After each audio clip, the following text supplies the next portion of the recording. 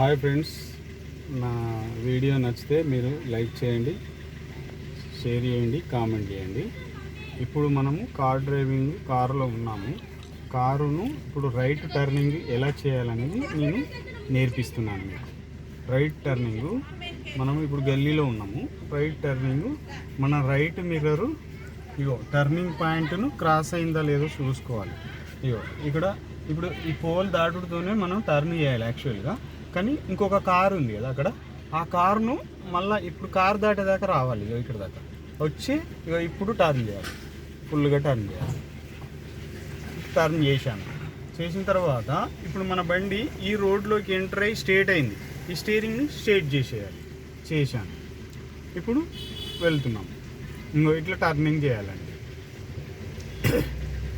ఇప్పుడు మళ్ళీ మనం లెఫ్ట్ టర్నింగ్ చేసుకుంటున్నాం. ముందు లెఫ్ట్ టర్నింగ్ ఎలా చేయాలంటే మళ్ళీ సేమ్ ఇప్పటిలాగానే లెఫ్ట్ టర్నింగ్ పాయింట్ మన లెఫ్ట్ మిర్రర్ క్రాస్ అవ్వాలి. లెఫ్ట్ మిర్రర్ క్రాస్ అయిందో చూసుకొని ఇప్పుడు చూడండి, లెఫ్ట్లో ఈడ కూడా ఒక పోల్ ఉంది. ఈ పోల్ను మన లెఫ్ట్ మిర్రర్ లెఫ్ట్ ఇండికేటర్ ముందు వేసుకోవాలి. లెఫ్ట్ ఇండికేటర్ వేసాను. ఇప్పుడు ఇటు వెహికల్స్ ఏమైనా వస్తున్నాయో చూసుకోవాలి రైట్ సైడ్కు. ఇప్పుడు లెఫ్ట్ టర్న్ అవుతున్నాను నేను. దాటింది, టర్న్ చేసిన. ఇప్పుడు బండి ఈ రోడ్లోకి ఎంటర్ అయ్యి ఇప్పుడు వెంటనే స్టీరింగ్ స్ట్రేట్ చేశాను.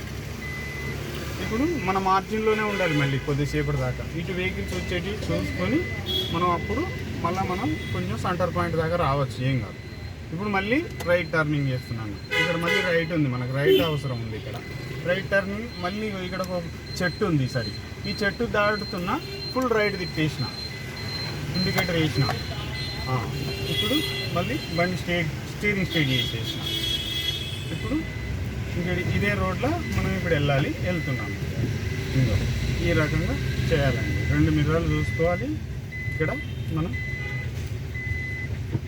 ఇప్పుడు మనకి ఇక్కడ మనం పెట్టాల్సిన పార్కింగ్ జాగా వచ్చేసింది.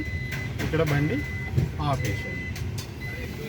Okay, thank you sir. మా వీడియో నచ్చితే లైక్ చేయండి, షేర్ చేయండి, కామెంట్ చేయండి.